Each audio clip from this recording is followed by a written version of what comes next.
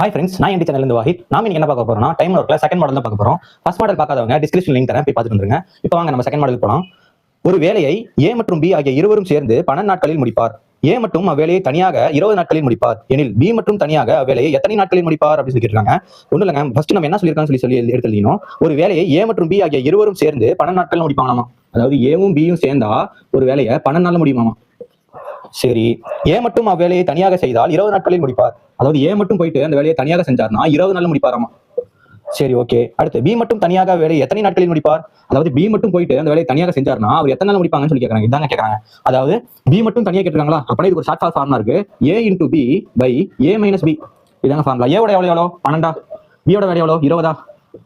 அப்பனா ஏ மைனஸ் பியா 2 மைனஸ் பண்ணா 20 12 போச்சுன்னா 8ங்க. இப்போ 4 வைப்பர்ல அடிக்கலாம். 2 4 8, 3 4 12, 3 × 20 60, 60/2 வரும். இது அடிச்சீங்கன்னா 3 30. அப்பனா 30 நாட்கள். பி மட்டும் தனியாக செஞ்சாங்கன்னா அந்த வேலையை 30 நாள்ல முடிப்பாங்க.